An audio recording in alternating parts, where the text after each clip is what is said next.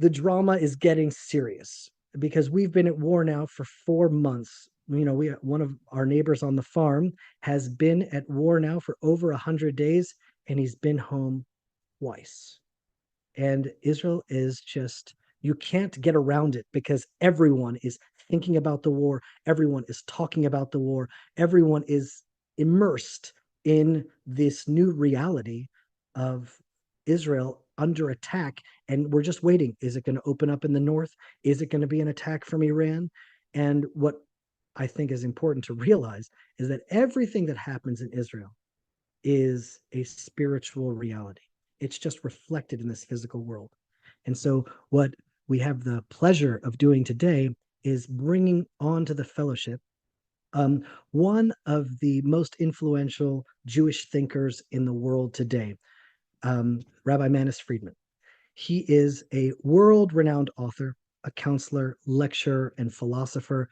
I am such a fan. I have listened to hours and hours of his teachings, and he teaches on almost every relevant subject that is out there in the world that's plaguing society today. If it's spirituality or mysticism or sexuality or parenting or marriage, and now dealing with Israel at war. Rabbi Friedman, he's already written 5 books with this new book that's just about to come out, which is really going to be the anchor of this conversation, How to Win a War the Jewish Way. And he's known for being YouTube's most popular rabbi. That's how I met him. I met him on YouTube. I'm one of his more than 400,000 followers. And I am just thrilled and honored to have him here today to discuss the pressing issue for all of us. So, Rabbi Manis, thank you for joining us today. Welcome to the Land of Israel Fellowship. You just have to click unmute on the bottom left part of your screen, and then we'll finally be able to hear you. So if you click on unmute, we'll be able to. Excellent. Got it. How are you today? Thank you. Thank God. How are you? Excellent. Excellent. Well, welcome to our fellowship. This is sort of a ragtag group of misfits from all over the world. I think we represent about 50 countries. Every person here has a different opinion, comes from a different place. All of us love the Torah. We're all sort of trying to figure it out. So to have you come here today is a real pleasure. I myself served in the Givati Brigade. I've served in the IDF now for more than 20 years. Just a year and a half ago, I was honorably discharged at the age of 44 with 6 children. And then lo and behold, the war came up, and here I am once again with an M16 in my hand guarding our farm. So you just never know. I guess you're never really released from Tzivas Hashem. You're always sort of a soldier in the army of Israel, one way or another. So I want to introduce you also to my partner, Ari Abramowitz. He's also the co-founder of the Land of Israel Network and Fellowship. He's right here with us today. So thank you very much. So I guess we'll get right to it, Rabbi. We have a lot to discuss. And I really want to do is, I read your manuscript. I thoroughly enjoyed the book. And I'm just going to kick off with a quote at the very beginning of the book. And actually in the middle of the book, but this was one of my favorite quotes because it was a story that I didn't know. And here's what it says. At the UN's 60th anniversary, former Israeli Prime Minister Ariel Sharon came to give a speech. He spoke like a wise grandfather speaking to his grandchildren. Quote, I arrived to you from Jerusalem, Israel's eternal capital for over 3,000 years, he said. I stand before you at the gate of nations as a Jew, a representative of an ancient people. Unabashedly expressing his Jewish pride, he went on to say, the Jewish people have a long memory, originating with our father Abraham and continuing with the giving of the Torah on Mount Sinai. Now, the substantive remainder of his speech may be debated, but this was a moment from which all should take inspiration. Sharon restored the relationship between Jews and the nations to its natural order, where we are the grandfather of the world. And so I love that framing. And I think that's exactly how the people of Israel should see themselves, as maybe an older brother, but used to like as the grandfather of the world. I feel like that's even more mechubad, more honorable. And in some ways, I think that that's the transformation that's happening now in the hearts of Israel, because you just see Israelis now. You see secular soldiers just grabbing tzitzit, putting on tefillin, listening to Jewish music, trying to find a deeper root to find the source of strength to go out and fight this war. And even the Israelis that are at home are being forced to question themselves, like, what is this about? The Hamas and all these haters of Israel hate us so much for being Jewish. And it's like it's forced them to turn inward because being Jewish, like that's not even important to me, but it's so important for them. I mean, they hate me for being Jewish, and I don't even know what being Jewish means as an Israeli. And I see that there's an awakening that's happening in Israel now. And I guess I wanted to ask you first and foremost, do you see this same awakening happening in the Jews outside of Israel? Or is this sort of just kind of like passing them by and they're kind of doing their own thing? Oh, it's happening everywhere. And just want to mention that Sharon got a standing ovation for that speech. He was critical of the UN. He says, we remember, as Jews, we remember what happened thousands of years ago. We also remember what happened in this chamber 60 years. For 60 years, he was chastising them, and he got a standing ovation. So the other beautiful thing about his speech is he didn't qualify everything. According to our Bible, we had a grandfather called Abraham. No, there's no according to anything. We had a grandfather, Avraham. That's the fact.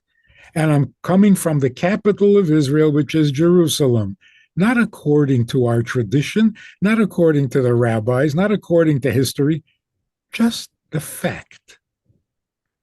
It was beautiful. Rabbis should learn to speak like that. Yeah. Well, that's really what I want to center this conversation around, like identity, and even more than identity, which maybe Ariel Sharon wasn't able to fully express. But I want to talk here about emunah. I want to talk about faith in this war because I feel like your book on war is, it's filled with wisdom, it's filled with Torah, but ultimately there's sort of a pillar of faith that has to sort of be asserted in order to really apply the principles that you speak about.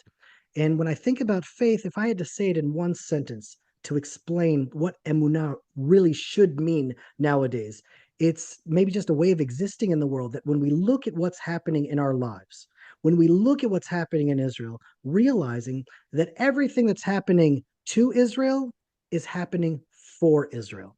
Nothing here is a coincidence. Everything here is a part of a process. Everything that's happening here is to straighten us out, to set us back on the path that we were destined to walk, to help us become the people that Hashem chose us to be, who He created us to be, to make us stronger, to make us more united, to make us more connected with ourselves, to make us more in tune with why we are in this land to begin with. And ultimately, hopefully, to bring us back into a relationship with HaKadosh Baruch Hu. And so I want to quote this from your book. This is what you wrote. An even deeper way of understanding this lies in the fact that concealed within the enemy is a divine spark whose purpose is not to intimidate or frighten us, but to elevate us. The hidden role of the so-called Palestinians in this conflict is to lift us high above our own sense of powerlessness, stop feeding the enemy with our fear, and courageously embody the triumphant power of God. Now, when I read that, I am like, yes. But I really want to understand what exactly does that mean for us to courageously embody the triumphant power of God? Like it sounds amazing, but then I think like, okay, but where does that leave Jeremy Gimpel? Where does that leave Ari Abramowitz? Where does that leave just the simple Jew that's either living in Israel or outside of Israel, or just anyone that wants to kind of figure this thing out? What does that really mean? Yeah, that's a good question. To say it in simple English, it's giving us the confidence to be who we are. And we are God's voice to the world. We are the chosen people. We stood at Mount Sinai. We gave the world the Bible. We gave the world the Ten Commandments.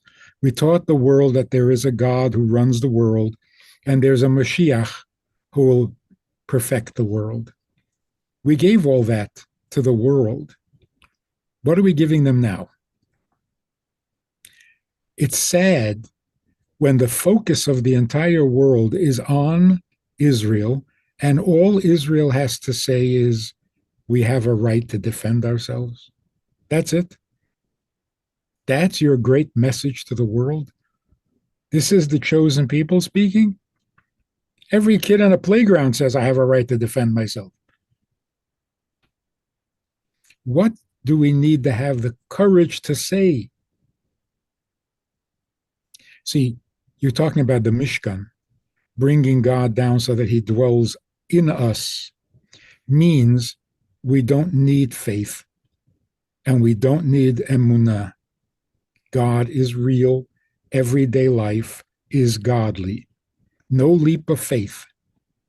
That's our job, to bring God from something you believe in to something you live with every day. It is absolutely true. Jerusalem is the capital of Israel. Anyone who doesn't know that doesn't know anything. And there's no more debate. I'm not going to argue it. I'm not going to debate it. I'm not going to prove it.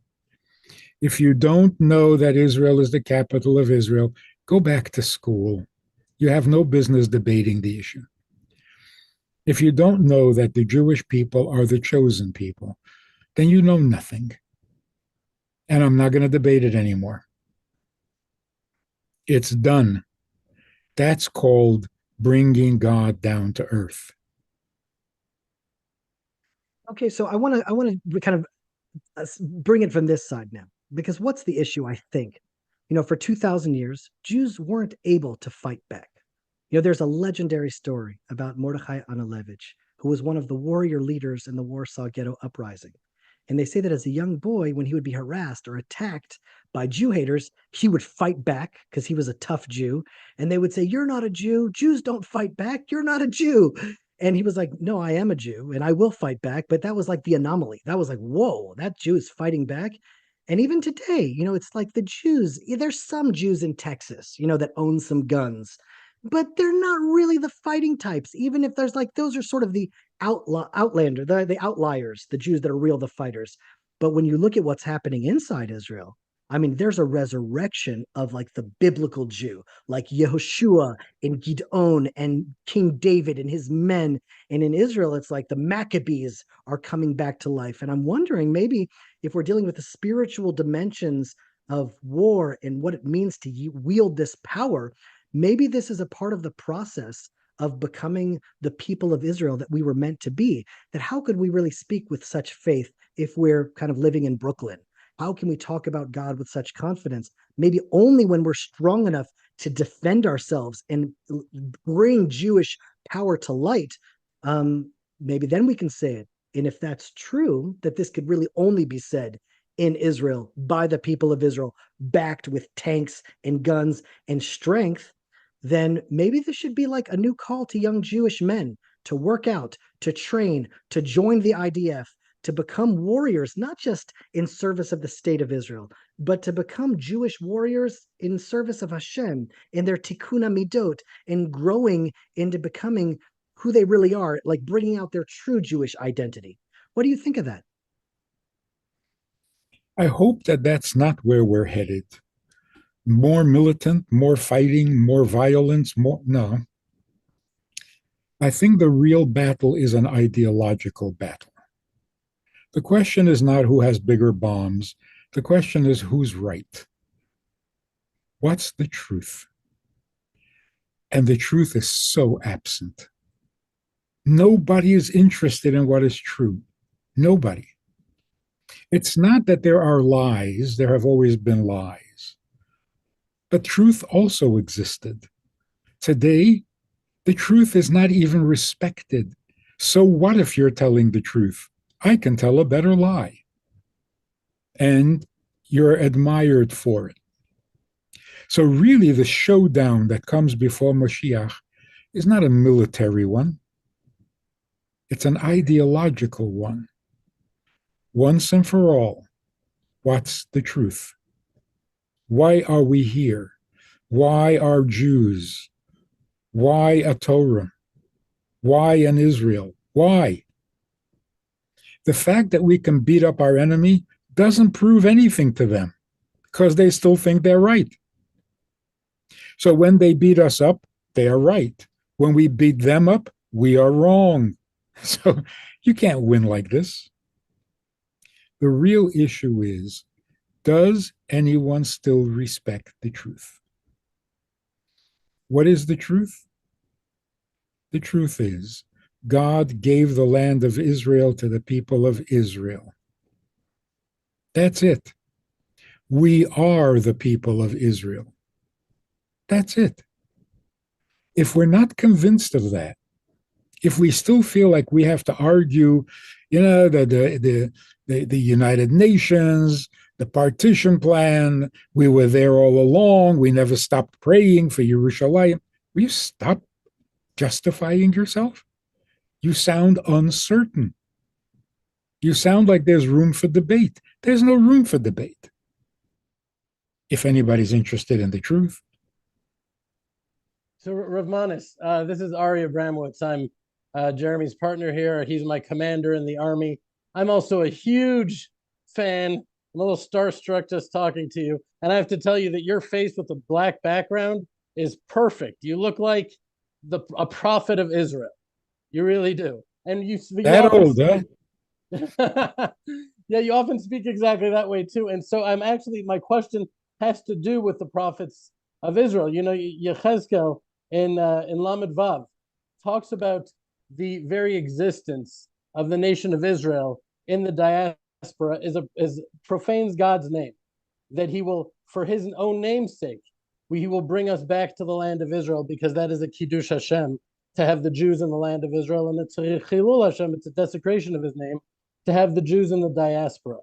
And you're talking about the truth, that nobody respects the truth, but maybe it's us, the nation of Israel, that needs to lead the way in actually being a living expression of that truth and saying that our place isn't there. This isn't even from a theological perspective for me.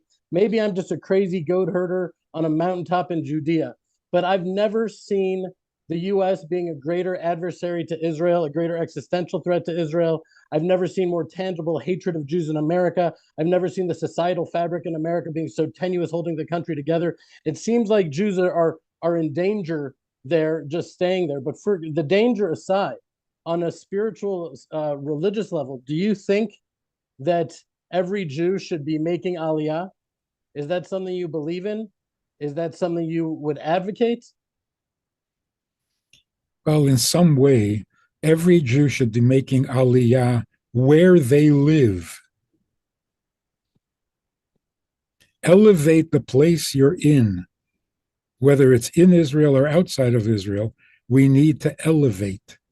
And elevate means start living the way God expects you to live. Don't fight a war according to the Oslo agreement or according to the Geneva Convention. Fight a war the way the Eibishter says to fight a war. What are you afraid of? Why won't you follow what the Torah says? Because we're still in Golus. And we need to elevate ourselves above that. How will we survive without the United States support? How did we survive all these years without anyone's support? And who says they're not going to support you? They've been supporting you for their own self-interest anyway. They're not doing it out of the goodness of their heart. They're doing it out of self-interest. It is in their self-interest to support Israel, and they will continue to. We have to be models of godliness, and there's no better way to model godliness than to fight a war according to God's instructions. The Geneva Conference is such an embarrassment. It's such a foolish system. Don't harm civilians. Don't fight on Sundays.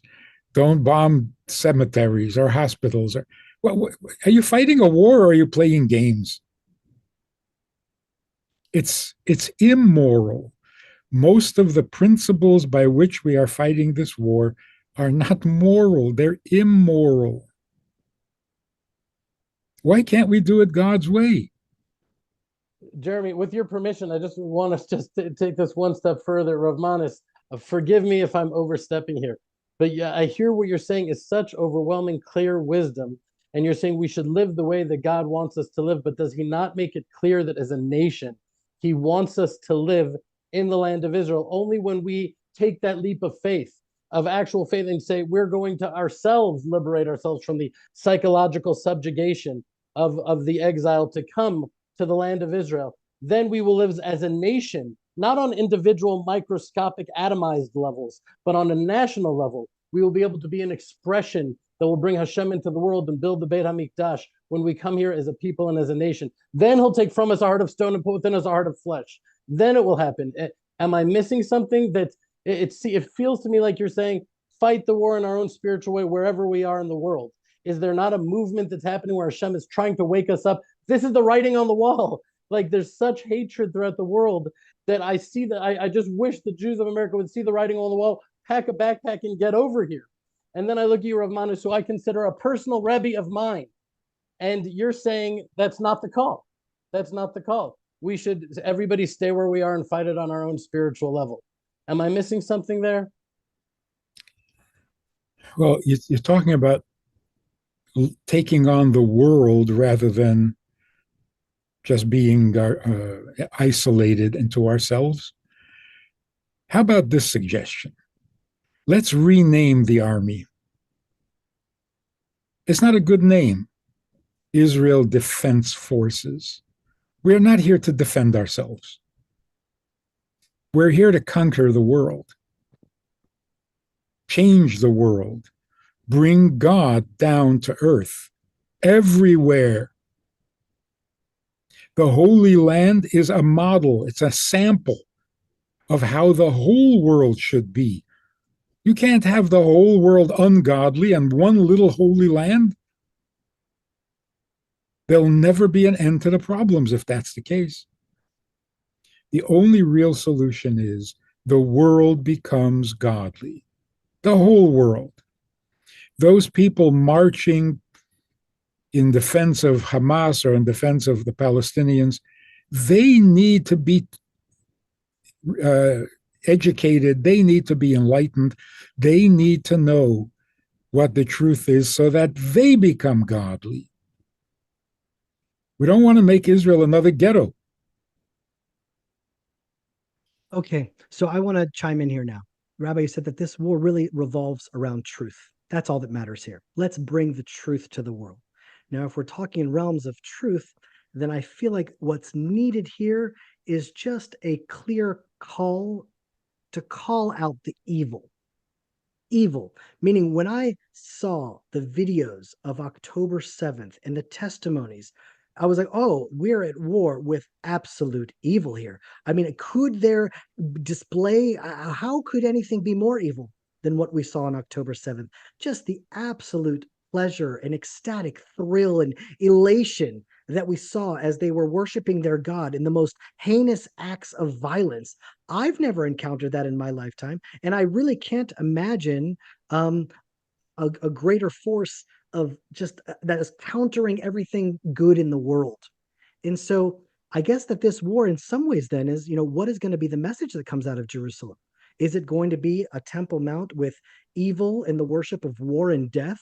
Or is the message coming out of Yerushalayim going to be freedom and holiness? I mean, who's going to be victorious here? It's good versus evil. And I feel like that's not really being said. They're not really being called out for what they are.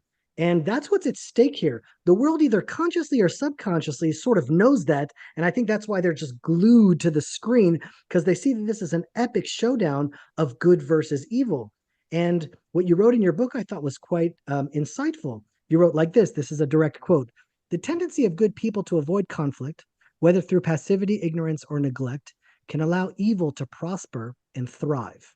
The gardener whose garden is overrun with weeds never intended to let them grow. He just wasn't paying attention.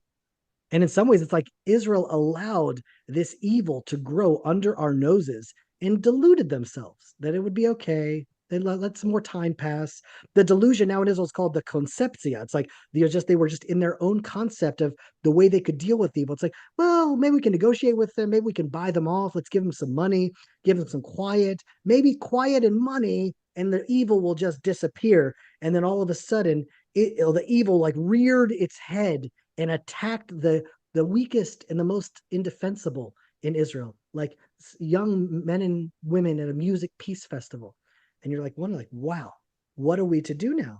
So when you talk about the name of Tzahal, Tzva Haganah Yisrael, the Israel Defense Forces, being a bad name, I totally agree with that. We should be called Tzva Hatkafa Yisrael, the Israel Offensive Forces. We should see evil within our midst, and then we should be proactive and wipe it out before it takes root, before the weeds start to spread.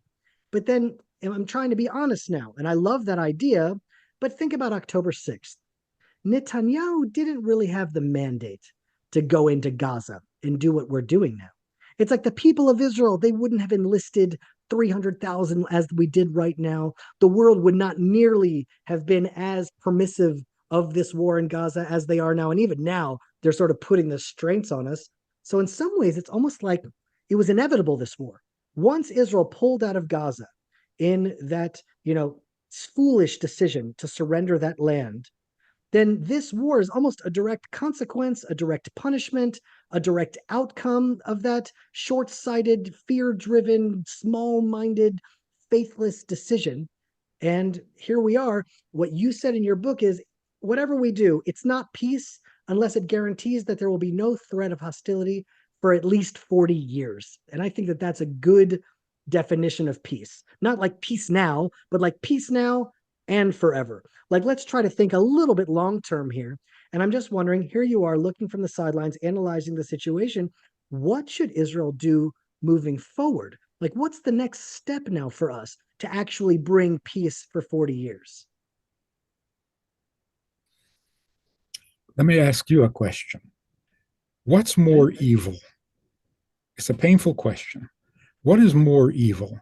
What Hamas did, and it wasn't only Hamas, it was also the UN workers there, what they did on October 7th, or what the president of the Ivy League schools are saying here in America? Who's more evil? It's a scary thing. Evil does not, is not limited to Hamas or Gaza. The evil in the world today is the result of absolute ignorance, confusion, lack of direction, purposelessness. I see thousands, hundreds of thousands of people marching in the streets all over the world, but they have nothing better to do. Pro-Palestinian. They don't even know what a Palestinian is. They don't know where Palestine is. They don't know where Israel is. But they're marching to defend the people of Palestine. Why? Because they're evil? No, because they're crazy. Because they are so desperate for a purpose or a cause that they'll support whatever comes first out of desperation. And I want to stay, go there and say, go home and make supper. What is wrong with you? You don't have a life to live.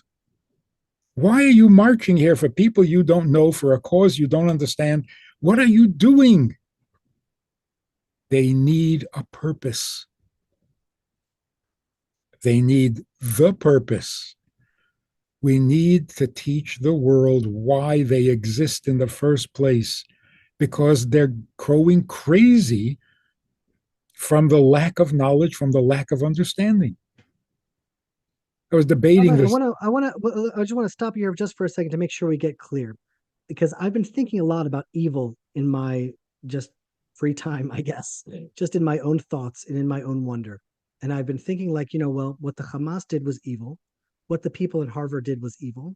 What's worse? Hard to say really, but there is an ultimate evil, meaning they're evil actions. Let's say disobeying the king. The king has orders and you've broken the king's rules. That's evil. You've done something wrong. But the ultimate evil would be to dethrone the king. A direct attack on the king seems to be the actual essence of evil. Like the raison d'etre of evil is actually to attack God. And I'm wondering, these people that are marching in the streets, the trans, queer for Palestine people, or the believers in Allah that are, supporters against, supporters of jihad, I'm not sure that they're delusional or crazy. I think that they really believe in what they're doing, because in some ways they are they are excited about attacking God, meaning an attack on the Jewish people in the land of Israel is in some ways an attack on the God of Israel. And if I think about that in that way, then we can really like sort of see evil as manifestations of evil in killing, in torturing, in kidnapping, but ultimately they're attacking the sovereignty of God in the world. The ultimate achievement of evil would be to like say God doesn't exist. Let's prove that God doesn't exist. Because if God does exist, how are the chosen people being attacked? How could the chosen people of God in the land of Israel be so weak? Either your God is weak or your God doesn't exist. And in that way, I feel like this, we have to really define then the war here is a spiritual war of good versus evil, the existence of God versus the kind of erasing of God, a kiddush Hashem, where we invite God into the world, or a chilul Hashem, where God is removed from the world. And I think that's actually at the crux of the war. Right. So I think the Hamas are getting way too much publicity.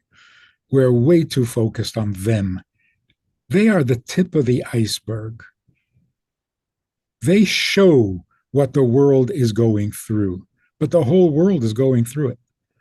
Whether it's denying God or simply having no idea that there ever was a God, the abject ignorance is scary. Evil people you beat up. What do you do with people who simply don't know right from wrong? Don't know up from down, don't know what a woman is? You're going to debate politics with them? They're so messed up. We are not the ones who are in trouble. The world is in trouble. And the only hope left for the world is the message that we can bring to them. And all we're saying is we have a right to defend ourselves. That's pathetic. It's also pathetic to say, but we are a democracy in the Middle East. Who cares? Who was impressed by that ever in 70 years? Try something that works. This is not working. You want to get to the real heart of the issue, the way the truth really is. People have been massacring babies since the beginning of history. Pharaoh did it, the Babylonians did it, the Romans did it. It's nothing new. This barbarism is as old as creation. What's different today is not how cruel people can be. Don't be so shocked. I mean, look, the rest of the world is not shocked. The rest of the world is not horrified. Yeah, so they killed babies. Yeah, so they went. No, the world is not moral enough to be in shock. What's happening is this. For many, many years, we have been fighting for our survival. We have been fighting the descendants of Esav. The Torah tells us that Esav is Ish Sadeh Yedei Tzayid. He's a hunter. He's a great hunter, a successful hunter. He lives by the sword. Al Harbecha Tichye. For 2,000 years, we've been contending with Esav's descendants. Rome, Christianity. Christians never thought of annihilating Jews. Isn't that interesting?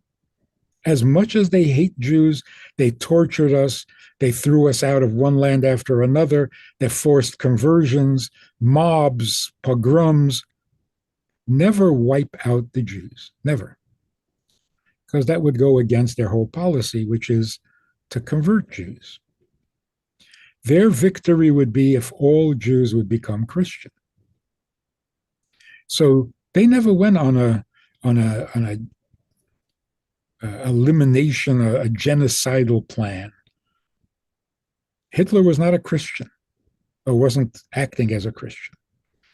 Here, all of a sudden, we have people like Iran and others, nothing less than the elimination of the Jewish people. Who are these people and why? We are now fighting with the descendants of Yishmael. Yishmael is not a fighter. He does not live by the sword. He is not a conqueror. He's a deceiver. The Torah says that when Sarah asked Avraham to banish Yishmael and his mother, Avraham was reluctant to do it. God assured Avraham that it's the right thing to do.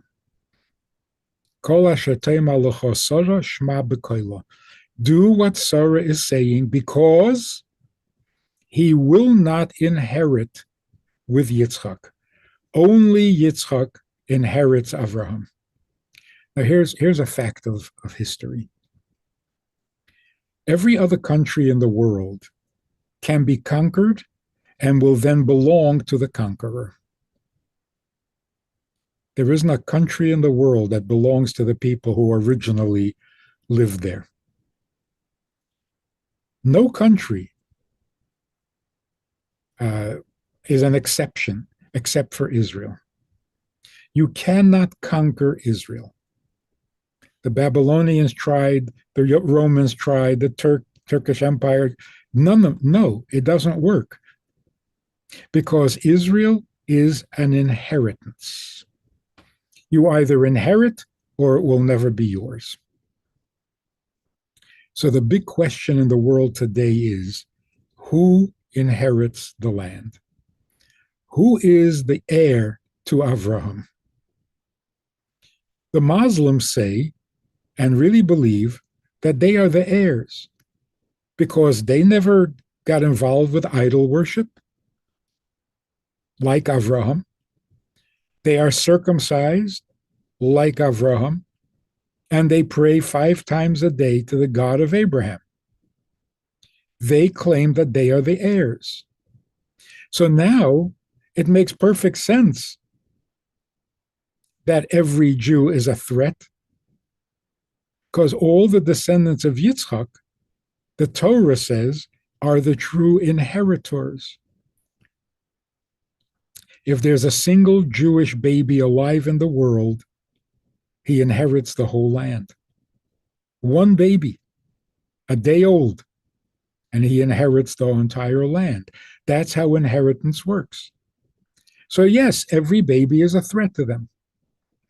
The very existence of the Jewish people, descendants of Yitzchak, is a threat to their inheritance.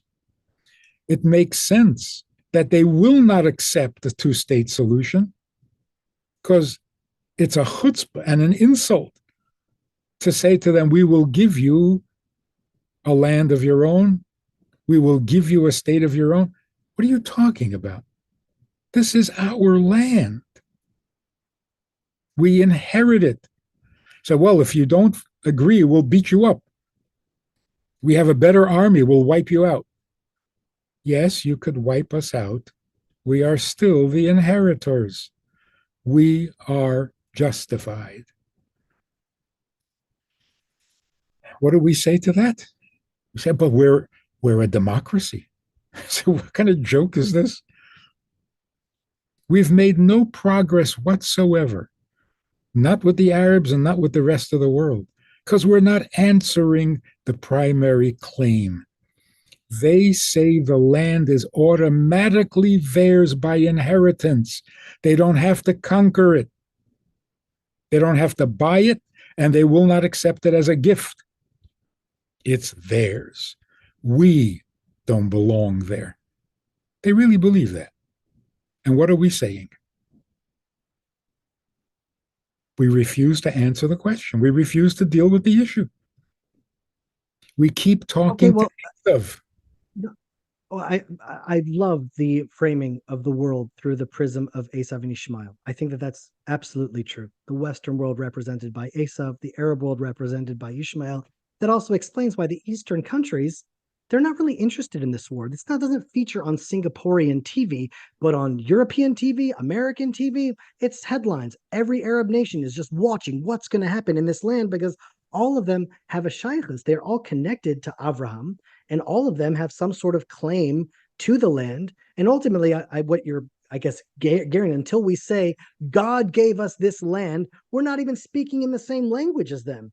But I want to point out something which I think is really interesting because we're talking about manifest evil. It says that every generation Israel is going to be facing a certain evil.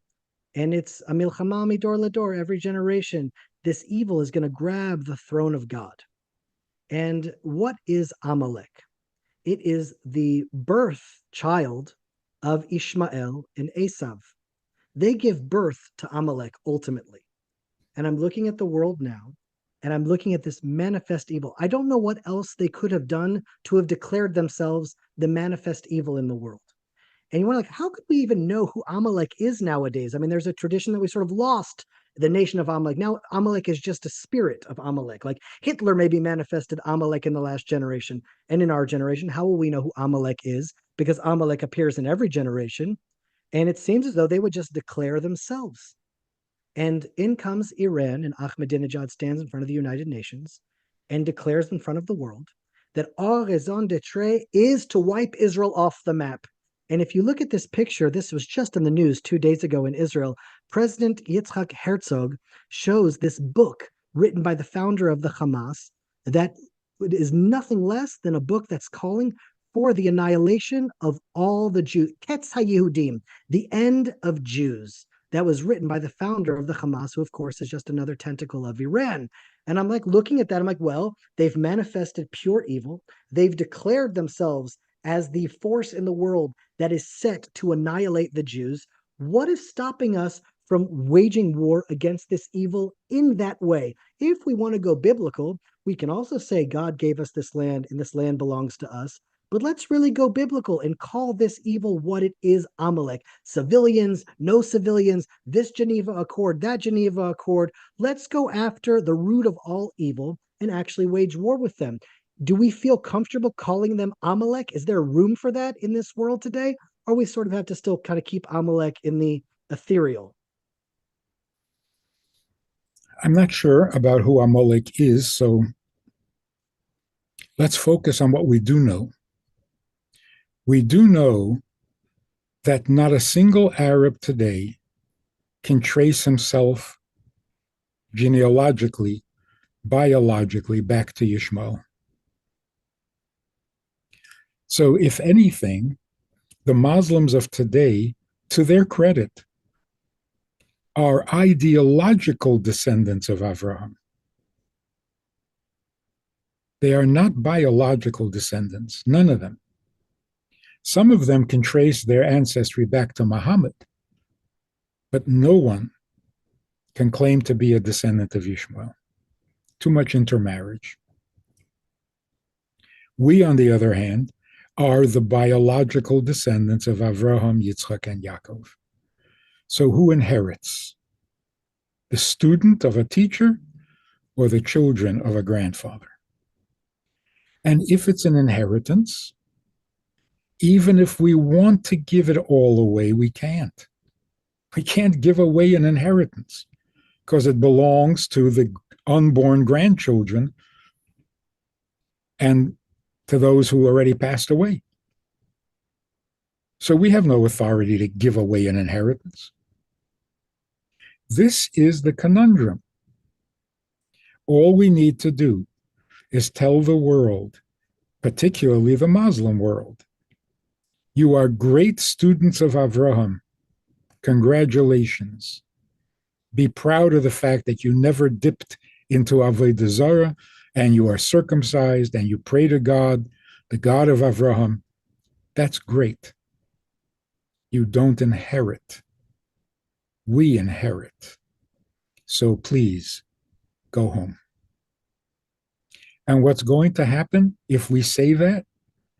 The Muslims will remove the mosque so that we can build the Beit HaMikdash. That's peace. That's what's missing today. Not to emphasize how evil evil is. It's to finally tell the truth because the truth will always win. Now, people say, well, I believe it, you believe it, but if we get up in the United Nations and we say, the land is ours, we inherit it, they're not going to believe it. In other words, you're saying that the truth has no power. It's true, but useless, really. Then you've given up the ship. If truth no longer matters to you, well, that's exactly what's going on in the world, that they are so lost, so confused, so ignorant, and so desperate for some direction, which is why the coming of Mashiach is so realistic today. The world is desperate for leadership, desperate to the point of suicide. They can't stand their own existence because they don't know whether they're coming or going. So let's not talk about how evil is. We know. We've been there. It's like, oh, this is the worst thing that's happened to us since the Holocaust. Right. There's already been a Holocaust. And before that, there was the destruction of Jerusalem twice, which may have been even more evil. So emphasizing how evil Hamas is not taking us in the right direction. Yes, they're evil, wipe them out, who cares? What is going to be with the world? What is the truth? What is the future? We're the only hope left. Right, so with that idea of us being the hope, I want to quote a part from your book right here. This is a direct quote. The purpose of our taking back the land that we so foolishly surrendered, therefore, is to make God's will and presence real. It's for that reason that God gave the land to the Jews, to Abraham and his children and children's children. And we must insist that his will is obeyed and his truth revealed. So that's kind of like a second layer to, aside from us saying we are the descendants of Abraham, it's our inheritance, it belongs to us. It's that God gave us this land and that his will ultimately is what needs to reign. And I just wanted to let you explore that. What would that look like if you're standing at the United Nations and you say, God gave us this land, and then the nations say, well, we don't really believe in God. That's not a legitimate claim. What do you say then? See, that's where we get stuck. We know we're right, but we don't think anybody is going to agree or accept it. We're going to say, it is in the Torah. It's in the Torah. And they're going to say, well, your Torah. We have very much underestimated the power of the Torah. The world cannot argue against Torah. They can't. Christians can't, Muslims can't, no one else knows the Torah. Yeah. If we don't believe in the truth, then we have nothing more to fight for. The truth will prevail. It always does. If you say it, if you proclaim it. Now, Yonah went to Nineveh and said, do tshuva, and they did. So why did they believe him? How did he prove to them that he was a prophet of God, sent by God, speaking in God's name? What did he do to prove it? He didn't have to. He spoke the truth and people reacted. That's what's going to happen if you get up in the UN and you say, people, there is no two-state solution. There is no discussion. There is no negotiation. Israel belongs to the people of Israel. We can't help it. We can't do anything about it. We can't give it to you. We can't give it away. You can't buy it from us, and you can't take it from us. So let's put an end to this.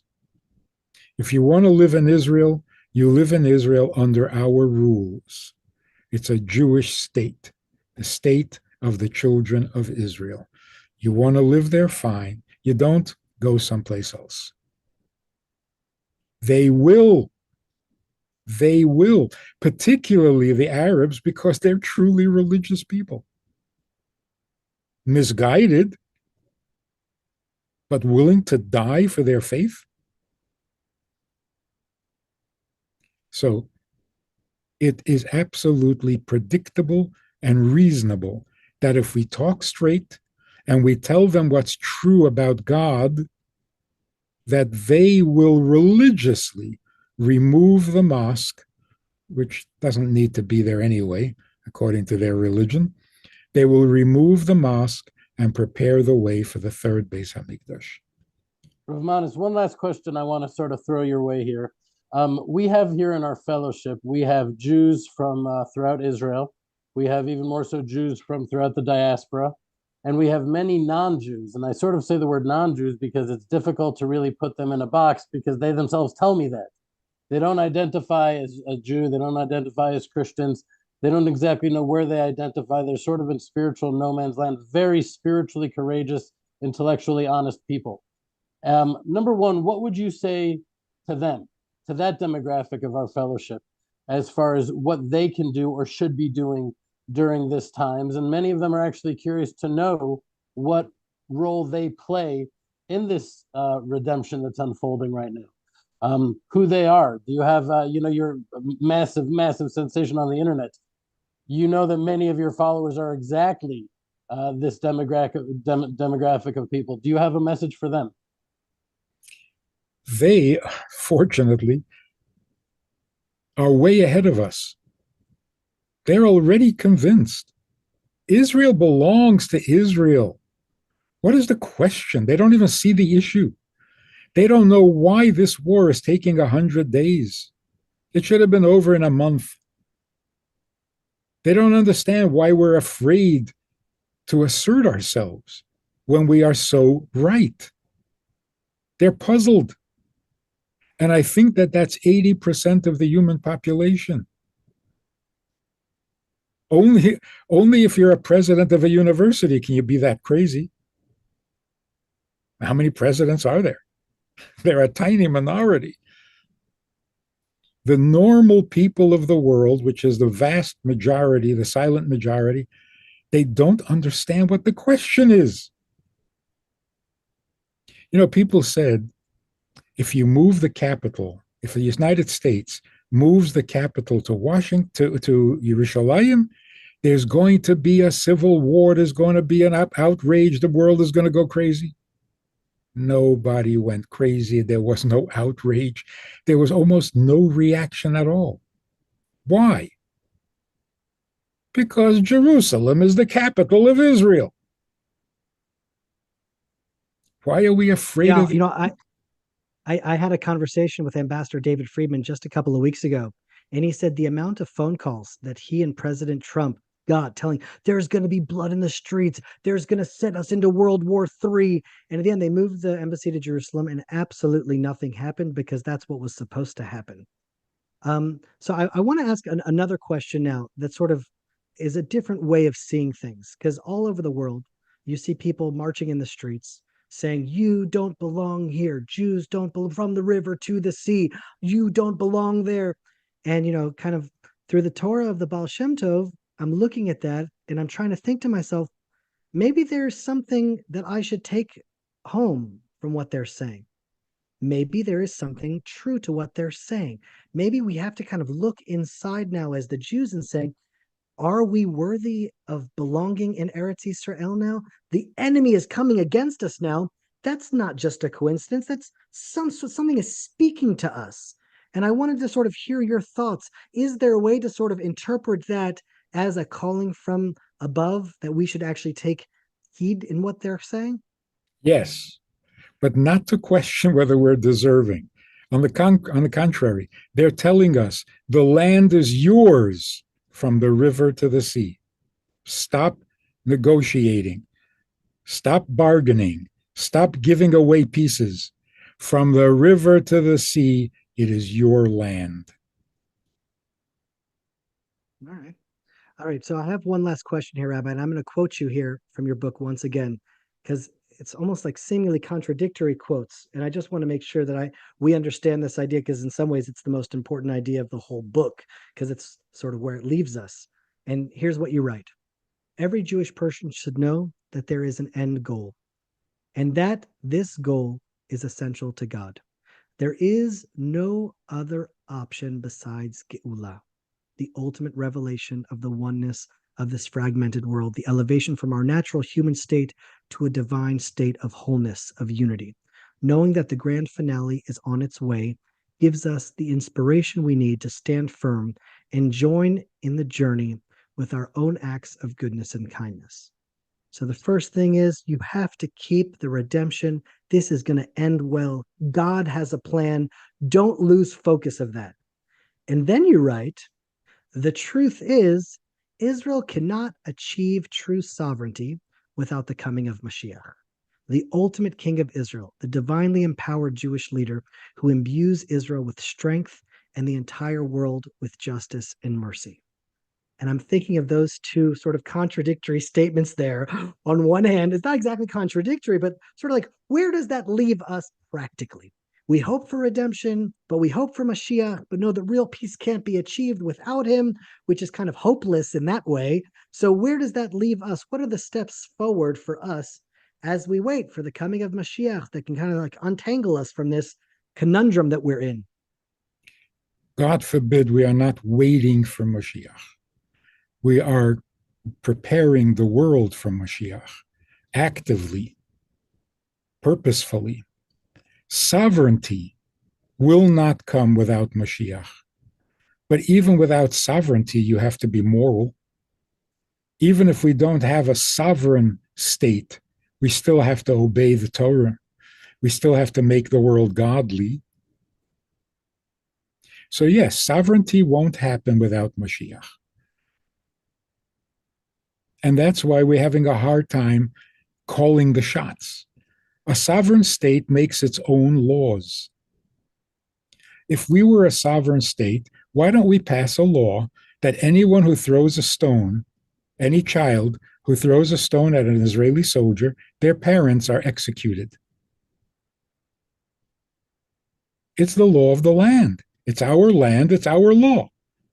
Oh, God forbid. No. The world will never tolerate that. Okay, so you're not a sovereign state. Does that mean you should let yourself be killed when you have the best army in the world?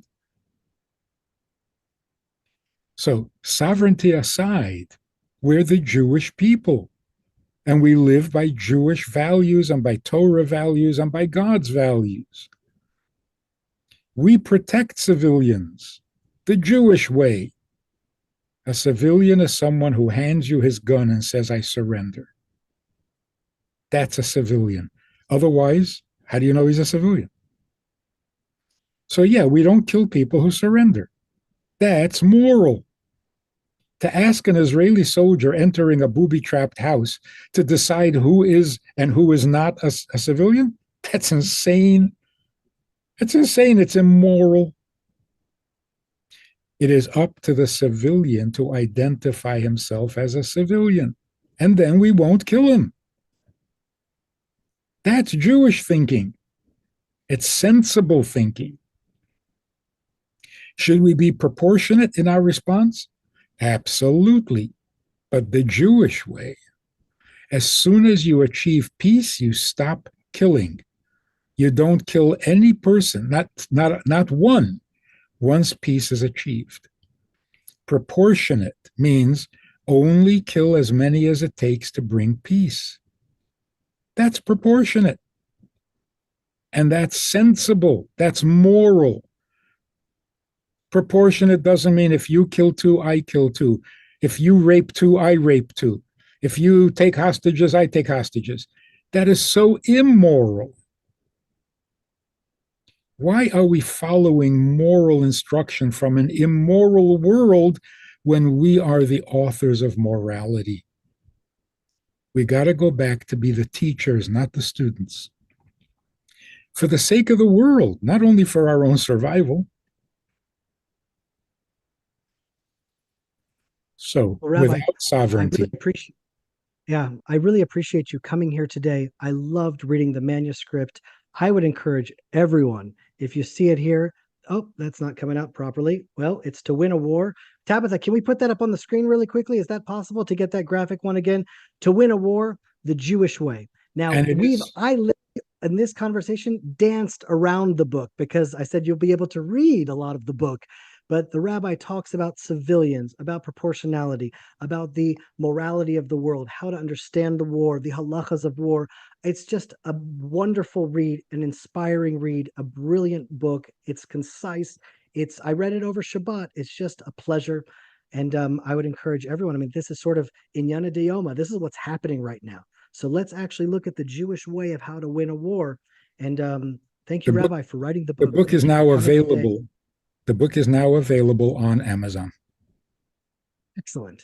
It's out. All right, Rabbi. Thank you very much. Thank you. Do you have one more message for all of our listeners here, all the people that are on live that will be listening in later? If you had one message that you wanted to deliver, sort of from in the challenge of the war, a message that sort of we can take home with us, what would that message be? We are going to see miracles. That's the good news. The bad news is we're going to see miracles. We shouldn't need miracles anymore. We should be the miracle. So yes, God is going to take us out of this really messy situation. But really, coming of Mashiach means no more miracles necessary. The world, nature becomes godly, and you don't need supernatural. God doesn't want to be supernatural. God wants to dwell among us. So he doesn't want to be supernatural. He wants to be naturally super. And we have to do that.